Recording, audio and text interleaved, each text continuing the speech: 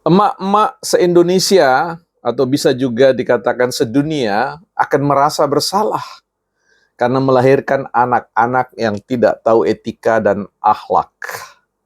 Berat juga soal ini, bukan partai politik. Teman-teman, kita kembali merespon kemarahan banyak kaum perempuan atau ibu-ibu yang gerah dengan statement pernyataan Profesor Mahfud MD dalam acara Tabrak. Ya, ini acaranya saja namanya Tabrak. Semua mau ditabrak. Ya, seolah-olah tidak ada lagi batasan-batasan etik ya, batasan-batasan etika, kesantunan di dalam membangun satu statement. Ya, pasalnya ketika statement mengatakan bahwa ya, sungguh berdosa anak ibu-ibu yang melahirkan anak yang tidak tahu etika dan berakhlak bagi bangsa dan negara ini. Saya ingin tanya, Prof, mana anak-anak yang ya dalam pertumbuhannya tidak pernah melanggar etika atau akhlak? Ya, karena ketika kita berbicara tentang konstruksi sosial, kita bicara tentang arsitek jiwa, ya, kita bicara tentang arsitek mind. Bahwa anak-anak, kita semua pernah menjadi anak-anak. Kita pernah tumbuh menjadi ya anak-anak yang berkembang pikirannya, jiwanya, bukan karena sentuhan, sebatas sentuhan orang tua. Tapi ada interaksi dengan guru-guru di sekolah, interaksi dengan teman-teman di sekolah, dengan masyarakat yang lebih luas.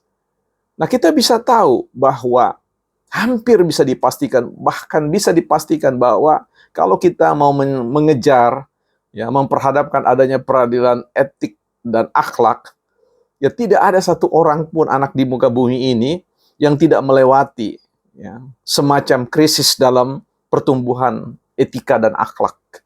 Ya. Tetapi mereka semua itu melakukan karena mereka tidak tahu, jiwa mereka polos, jiwa mereka itu dipolusi, ya, artinya dicemari oleh ya orang-orang dewasa yang sudah mengerti tentang apa itu etika dan akhlak, ya soal moral, tetapi kemudian tidak bisa menahan diri, tidak bisa berdiam untuk tidak ya menyampaikan sesuatu yang tidak beretika ya atau menunjukkan role model keteladanan yang sebenarnya melanggar etik ya dan akhlak itu sendiri. Ambil contoh bahwa ketika ya statement akan mengundurkan diri dari kementerian ya bahwa ada menunggu momentum yang tepat ya akan ya cepat atau lambat batas terakhirnya adalah Oktober. Lah itu kan habis masanya. Jadi ini apa maksudnya? Menimbulkan kegaduhan bahkan membahayakan negara. Ya, harusnya kan itu juga persoalan ada pelanggaran etika dan akhlak dalam bicara tentang kepejabatan, etika kepejabatan, etika birokrasi. Ya, tapi saya tidak mau bicara soal itulah karena etika itu kan subjektif ya.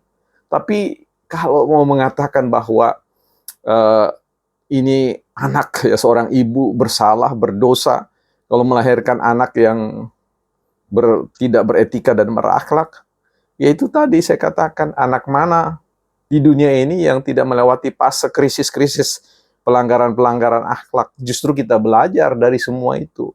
Tetapi kan kasihan ibu yang mengandung yang kemudian dinyatakan berdosa karena melahirkan anak yang tidak berakhlak dan beretika. Ya saya kira ini saran yang sederhana ya buat Prof. Mahfud.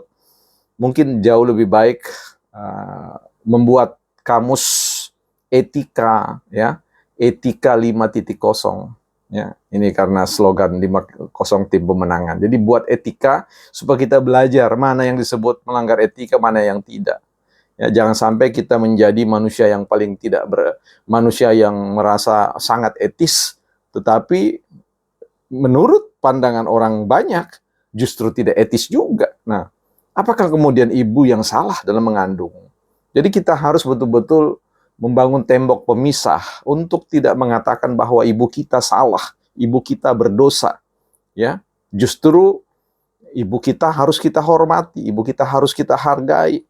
Ya, bahwa kita berkembang dalam konteks interaksi dengan nilai-nilai yang kadang-kadang kita keluar jalur dari konsensus nilai kemasyarakatan. Itu sesuatu yang lazim dalam sebuah proses orang bertumbuh. Ya, itu tadi katakan impossible, tidak masuk akal bahwa anak besar dalam konteks steril dari persoalan hal etik dan moral atau etik dan akhlak, perangai, sifat dan sebagainya.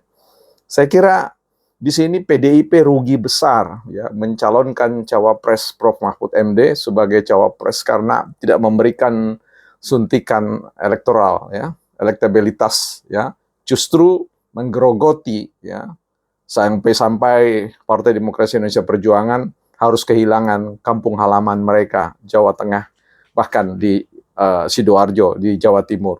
Entah mengembara kemana mencari tanah-tanah yang baru. Nanti kita bahas soal ini secara khusus, bukan partai politik.